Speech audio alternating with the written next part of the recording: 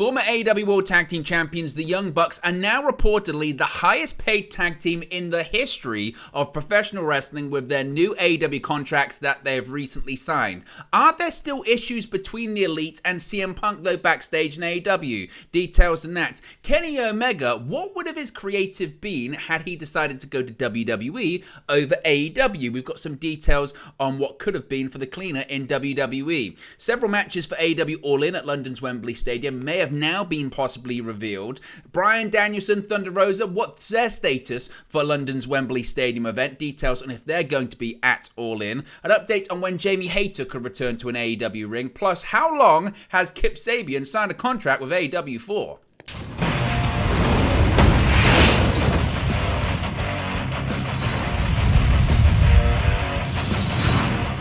Hey guys, welcome back to Wrestling News 365. Hope everyone is doing very well. As always, there are plenty of news stories to get into in the world of All Elite Wrestling. And let's start off talking about the Elite, specifically former AEW World Tag Team Champions, the Young Bucks, because a big developing story today is that Dave Meltzer is reporting that the Young Bucks are now the highest paid tag team in the history of professional wrestling. Meltzer reported in the Wrestling Observer newsletter that the Bucks had the highest guarantee of any wrestling tag team ever in the history, the highest guarantee that a tag team has ever received, surpassing that of even Kevin Nash and Scott Hall in WCW in the late 1990s, which again was significant. Here's what Meltzer said. He said, quote, Bloom, that being Barry Bloom, the agent for the Young Bucks and the rest of the Elite, had told the Young Bucks that as far as he knew, this was the highest guarantee any tag team in pro wrestling history has ever gotten, and that would include the highest contracts for Kevin Nash and Scott Hall in WCW, although obviously comparing a 2023 dollar figure with the late 90s in straight dollars doesn't mean much given how much inflation has changed the value going that far back. Still though, certainly a great headline, isn't it? The Bucks, consisting of the real-life brothers Matthew and Nicholas Massey, have captivated audiences with their high-flying and innovative wrestling style. Their performances inside the ring have earned them a massive fan following and established them as one of the most dominant tag teams in AEW. However, it is not just their in-ring talent that has contributed to their financial success. The Young Bucks have proven themselves as savvy promoters, adept at marketing their brand, merchandise, and appearances. Their strategic approach has allowed them to secure lucrative deals and sponsorships, solidifying their position as top earners in the industry. Of course, the Elite, which consists of the Young Bucks, Kenny Omega, and Hangman Adam Page, recently signed a multi-year extension individually with Tony Khan's AEW. The Bucks currently team with Kenny Omega as the faction of the Elite. They recently had a match on this week's episode of Dynamite, the 200th episode on TBS, where they defeated Jeff Jarrett, Jay Lethal, and Satnam Singh in a victorious effort. But what are your thoughts on the Young Bucks being the highest paid tag team in the history of professional wrestling with higher guarantees than Kevin Nash and Scott Hall in WCW in the late 1990s? Let me know your thoughts about that in the comment section below. But there are issues still in AEW, particularly backstage with the aforementioned Elite and one of their biggest stars in CM Punk. As reported in the latest edition of the Wrestling Observer newsletter, despite all talents now being back in All Elite Wrestling, issues that came to head at All Out last year are still very prevalent. With Punk now back on weekly television and the Elite choosing to re-sign with the same promotion, it appeared that any problems had been solved, potentially, and everyone could coexist moving forward. This is reportedly, though, not the case. And AEW president Tony Khan has been described as doing a, quote, balancing act in an attempt to keep everyone happy. The two sides are currently separated as much as possible, with occasions when both groups are in the same building being extremely rare. While Omega, Page, and the Young Bucks are predominantly on Dynamite and make the occasional appearance on Rampage, Punk and FTR almost exclusively on the Saturday Night Collision show. The rare instances where all talents are in the same venue are during pay-per-view events, with no interactions taking place between either party. Punk reportedly has tried to start a conversation with Omega, Page, and the Young Bucks prior to his return, but was turned away by the group's legal representatives. Now, when it comes to the history, of course, everyone knows the history between these two parties. CM Punk defeated Jon Moxley in the main event of All Out last year to become the new world champion. Following the show, Punk appeared in a press conference alongside Tony Khan. The new world champion spoke his mind about a number of individuals, with the executive vice presidents of AEW being a primary target of his verbal tirade. Following the interview, Omega and the Young Bucks reportedly went into Punk's locker room and confronted him over what was said at the media scrum. Following a heated exchange that turned violent, all parties were suspended until further notice. The incident is now infamously known as Brawl Out. So those issues between Punk and the Elite, reportedly, they're still issues and they haven't been resolved just yet. Now, we know that the Elite are staying with AEW. One name that was linked quite heavily to making the jump to WWE, though, was Kenny Omega. And WWE's stance on Kenny Omega reportedly has been now revealed. Just 3 days ago, it was announced that Omega, the Young Bucks, Hangman Page, had all signed contract extensions with All Elite Wrestling. While not confirmed, their new deals are believed to be 4 years in length and with significant financial boosts, hence why the Young Bucks are now the highest paid tag team in the history of pro wrestling. And obviously this puts an end to any speculation over the future of the Elite, with the group taking to the mic on this week's episode of Dynamite to confirm their prolonged stay in AEW.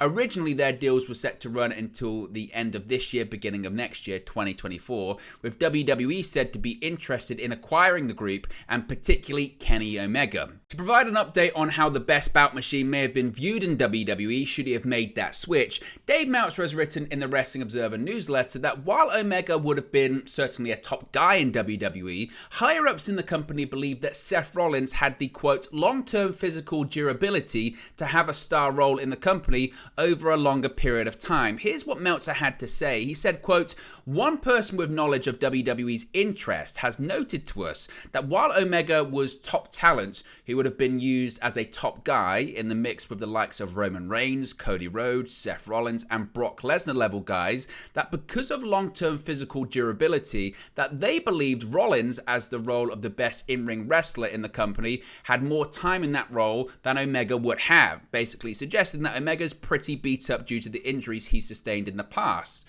Of course, what would have happened if the Elite had made their way to WWE will remain as one of wrestling's big what-if questions for the time being, with some fans still hoping to see Omega, Page and the Young Bucks grace WrestleMania one day, while others are happy to see them remain in the company they helped found. The E is staying in AEW, certainly. Of course, if we get any more information on the creative plans for Kenny Omega or the Elite in question in WWE, we'll let you know moving forward. Now, speaking of the Elite and continuing this conversation and topic about their decision to stay with AEW, following Wednesday's news that the Elite have all re-signed with AEW, anonymous members of the group have now commented on the decision. In new information published in Dave Meltzer's Wrestling Observer newsletter, quotes were shared from 2 members of the Elite, which 2 we don't know, but we can speculate. Let me know your thoughts about that in the comment section below. Specifically, though, they spoke about their decision to stay in AEW rather than move to WWE. It had been noted by Meltzer on Wrestling Observer Radio on August 3rd that the group had decided they were going to stick together either way, but were going back and forth between AEW and WWE. This reportedly led them to making their decision based on a majority rule vote, which clearly tipped in AEW's favour in the end. However, Meltzer wrote of the decision being far from straightforward according to the group. However, the AEW schedule and the strong offer on the table from Tony Khan proved pivotal. Here's what Meltzer writes about this. He says, quote, you'd probably be surprised who voted where, noted one of the 4. Votes changed at times during the discussions based on the emotions of the time, but ultimately all agreed the key with the strong AEW offer was to accept the offer that at this point, with the other key factor being the AEW schedule. Another said, there were a lot of things to consider this time around, but we're all happy with how it ended up. So again, they're happy with how it ended up, but they did go back and forth once again, according to Meltzer. But does it make you curious that people are actively speaking to the Observer and Meltzer's being very open that 2 members of the Elite are in contact with him? Does that wave a red flag when it comes to some of the reporting, when it comes to Brawl Out, when it comes to the Elite and CM Punk? Let me know your thoughts about that and your reaction to it in the comment section below as well. Now, so many people want to know which matches are going to be taking place at AEW All In later on this month. With only one match for AEW All In on August 27 officially confirmed, more rumoured matches have been reported for the London pay-per-view. Of course, the main event for the company's UK debut will see Adam Cole face MJF for the AEW World Championship. Tony Khan recently stated that with less than a month to go to the big show, AEW Dynamite 200 would be the perfect place to begin announcing the card. Well, Dave Meltzer has addressed the rumoured card in the Wrestling Observer newsletter, writing, quote, "There was a rumoured card out that included FTR versus the Young Bucks, Kenny Omega versus Konosuke Takeshita, Will Ospreay versus Chris Jericho, and the Blackpool Combat Club versus Eddie Kingston and Orange Cassidy, and question mark, again, a mystery partner." What are your thoughts on that being a possible card, or at least the beginning of one? Are you happy to see FTR versus the Young Bucks, Omega versus Takeshita, Ospreay versus Jericho we knew about, and this possible trios bout involving the Blackpool Combat Club against Eddie Kingston, Orange Cassidy, and a mystery partner? Who do you think that mystery partner could be? Let me know your thoughts about that one too. And one person that isn't likely going to be in London for the Wembley Stadium show is Bryan Danielson. Now that AEW's historic All-In pay-per-view event from London's Wembley Stadium has its first official match, we now have a clearer indication on whether to expect an appearance from the American Dragon Bryan Danielson at the event.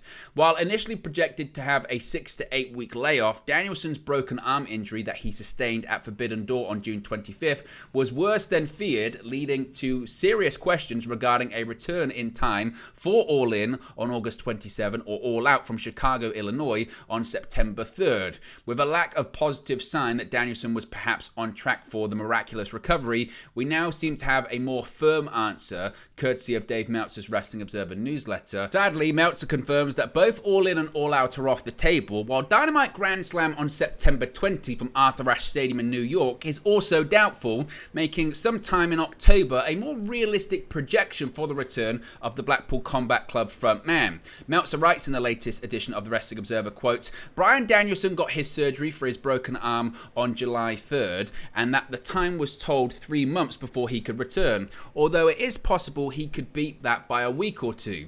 All In and All Out are out." Good writing, Dave. Grand Slam doesn't look good, but I don't want to say impossible, but he should be back in October. So it looks like Bryan Danielson not only is going to miss All In, obviously, but Grand Slam looks unlikely as well. Of course, if we get any more updates on Bryan Danielson and his status, we'll let you know moving forward. Thunder Rosa, what's the latest when it comes to her? Could she be at AEW All In as well? Well, it looks unlikely. As I mentioned, AEW All In takes place on August 27 in London, England, and details on Thunder Rosa's status for the show have been revealed. Thunder Rosa has been sidelined since August of last year with an injury that she has been rehabbing when it comes to her back. In a recent interview, the former AEW Women's World Champion revealed that she is able to train without pain, a positive sign certainly indicating a return could be near. With AEW All In taking place a year after Thunder Rosa announced her injury, Dave Meltzer has now addressed her status as well in the Wrestling Observer newsletter, writing, quote, "As of this week, add Thunder Rosa to the list of those who are not expected back in time for Wembley, although she is training for her return."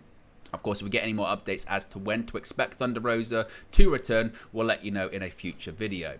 What about Jamie Hayter, another name that's currently out of action through injury? Of course, Jamie Hayter lost the AEW Women's Championship at Double or Nothing in May of this year and would take time off from the company due to injury.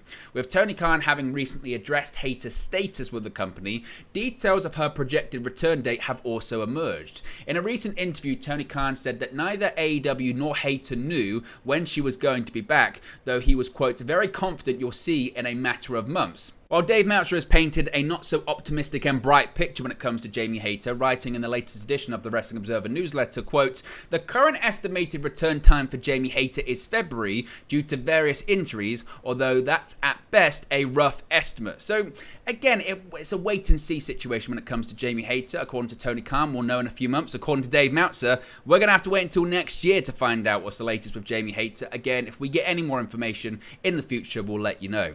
Finally, it's been a week of people signing new contracts with AEW, with the news that a number of AEW stars have signed new contracts, the length of Kip Sabian's deal has been revealed. It was recently announced that the Elite, that being Kenny Omega, the Young Bucks, and Hangman Adam Page, had all signed multi-year contracts. Other names to have revealed they'd signed new contracts were Evil Uno, Alex Reynolds, and John Silver of the Dark Order, as reported by Fightful, keeping the faction in AEW until 2026. Kip Sabian has also stated that he has signed a new AEW deal on social media. Writing in the Wrestling Observer newsletter, Dave Meltzer is reporting that Sabian's deal was also for 3 years. Sabian was in the first ever AEW match facing Sammy Guevara at Double or Nothing in May of 2019. So congratulations to him. Kip Sabian is also sticking around. But there you go, guys. It's the latest AEW news for you. Be sure to smash a like on the like button. Be sure to subscribe bottom right hand corner. Remember, you can join the WN365 roster page by clicking that join button. Let me know your thoughts in the comment section below, and I'll speak for you again very, very soon. Hey guys, thank you for watching, listening, streaming, or however you come across this video today. Be sure to click on the video on the right there to watch our next video, or click the bottom there to subscribe, or the bottom right hand corner. Thank you very much, and I'll speak to you again very soon.